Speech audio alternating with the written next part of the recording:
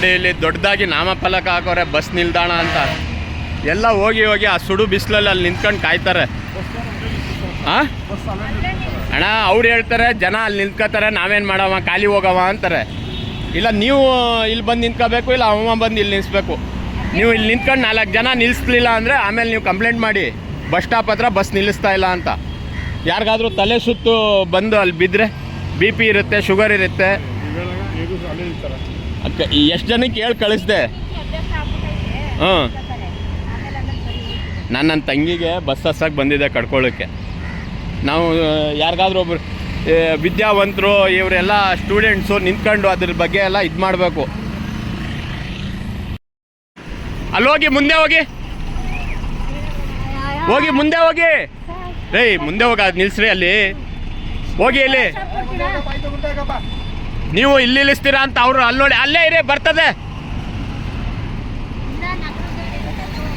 Sister ಅಲ್ಲಿ ಹೋಗಮ್ಮ, ಅಲ್ಲಿ ಹೋಗಿ ಹತ್ತಿ, ಬಸ್ ಸ್ಟಾಪ್ ಹತ್ರ ಬಸ್ ಹತ್ತಿ. ನೋಡಿ ಅಲ್ಲಿ ಎಲ್ಲಂದ್ರೆ ಅಲ್ಲಿ ನಿಲ್ಲಿಸ್ತಾರೆ. ಹೇಳಿ ಕಳಿಸ್ಬೇಕು. ನಿಮಗೆ ಇಲ್ಲಿ ಬಸ್ ಸ್ಟ್ಯಾಂಡ್ ಹತ್ರ ಬಸ್ ಹತ್ತಕ್ಕೆ ತೊಂದರೆನಾ ಸರ್? ತೊಂದರೆ ಅಲ್ವಾ? ನೆರಳು ಇದೆ, ಆರಾಮಾಗಿ ವ್ಯವಸ್ಥೆ ಇದೆ. 10 ಜನ ನಿಂತ್ಕೊಂಡ್ರೆ ನೋಡಿ ಇಲ್ಲಿ ವಿದ್ಯಾರ್ಥಿಗಳು ಹಿಂದೆ ಹೊಟ್ಟೋಯ್ತಾರೆ. ಮುಖ ತೋರ್ಸೋಕ್ಕೂ ಇಷ್ಟಪಡ. ಏನ್ರಿ ಇದ್ರಲ್ಲಿ ನಾಚಿಕೆನಾ, ಅವಮಾನನಾ ಇದು? ಅಲ್ಲ, ನೀವೆಲ್ಲ ಮುನ್ನೆಲೆಗೆ ಬಂದು ಒಳ್ಳೆಯದನ್ನು ಸ್ವೀಕಾರ ಮಾಡಲಿಲ್ಲ ಅಂದರೆ ಸಮಾಜ ಹೇಗೆ ಸುಧಾರಣೆ ಆಗುತ್ತೆ? ನಾನು ಕಾಳಜಿ ತಗೊಂಡಿದ್ದು ಏನಕ್ಕೆ ಅಂದರೆ, ಚಿಕ್ಕ ಮಕ್ಕಳು, ವಯಸ್ಸಾದವರು, ಅವ್ರಿಗೆಲ್ಲ ಡಿಹೈಡ್ರೇಷನ್ ಆಗಿ ಬಿಸಿಲಲ್ಲಿ ತಲೆ ಸುತ್ತ ಬಂದು ಬೀಳ್ತಾರೆ. ನೆರಳಲ್ಲಿ ನಿಂತ್ಕೊಳ್ಳಿ ಅಂತ ಸರ್ಕಾರ ಬಸ್ ಸ್ಟ್ಯಾಂಡ್ ಕಟ್ಟಿದೆ, ಬಳಸ್ಕೊಳ್ಳಿ ಅಲ್ವಾ? ನಾನು ಅರ್ಧ ಗಂಟೆ ಹೋದ್ಮೇಲೆ ಎಲ್ಲ ಹಂಗೆ ನಡೆಯೋದು. ಆದರೆ ನೋಡಿ ಹಿಂಗೆ ಮಾಡ್ಬೋದು ಅಂತ ತೋರಿಸ್ತಾ ಇದ್ದೀನಿ. ನೋಡಿ ಅಲ್ಲಿ ಆ ಕಡೆಯಿಂದ ಈ ಕಡೆ, ಈ ಕಡೆಯಿಂದ ಆ ಕಡೆ ಓಡಾಡ್ತಾ ಇದ್ದೀನಿ.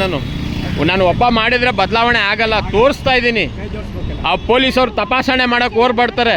ಹೆಲ್ಮೆಟ್ ಹಾಕ್ಕೊಳ್ಳಿಲ್ಲ, ಫೈನ್ ಹಾಕೋಕ್ಕೆ. ಬಂದು ವ್ಯವಸ್ಥೆ ಕೊಡಬೇಕು, ಕಳಿಸ್ಬೇಕು ಬಸ್ನ ಇಲ್ಲಿಗೆ. ನೀವು ಅಷ್ಟೇ ಬಂದು ಇಲ್ಲಿ ನಿಂತ್ಕೊಳ್ಳಿ ತಾನೇ. ಬಸ್ ಇಲ್ಲ ನಿಲ್ಲಿಸ್ಬೇಕಾಗಿರೋದು ಬಸ್ ಸ್ಟ್ಯಾಂಡ್ ಹತ್ರನ. ಹೋಗಿ ಅಲ್ಲಿ ಹೋಗಿ ತಿಳ್ಕೊಂಡು ನೀವು ವಿದ್ಯೆ ಕಲಿತು ನಿಮ್ಗೇನು ಸರಿ ತಪ್ಪಿನ ಇದ್ದು ಅರಿವಿಲ್ವಾ? ಅಲ್ಲಿ ಹೋಗಿ ಬಸ್ ಸ್ಟಾಪ್ ಹತ್ರ ಬಸ್ ಹತ್ತಿ ಹೋಗಿ.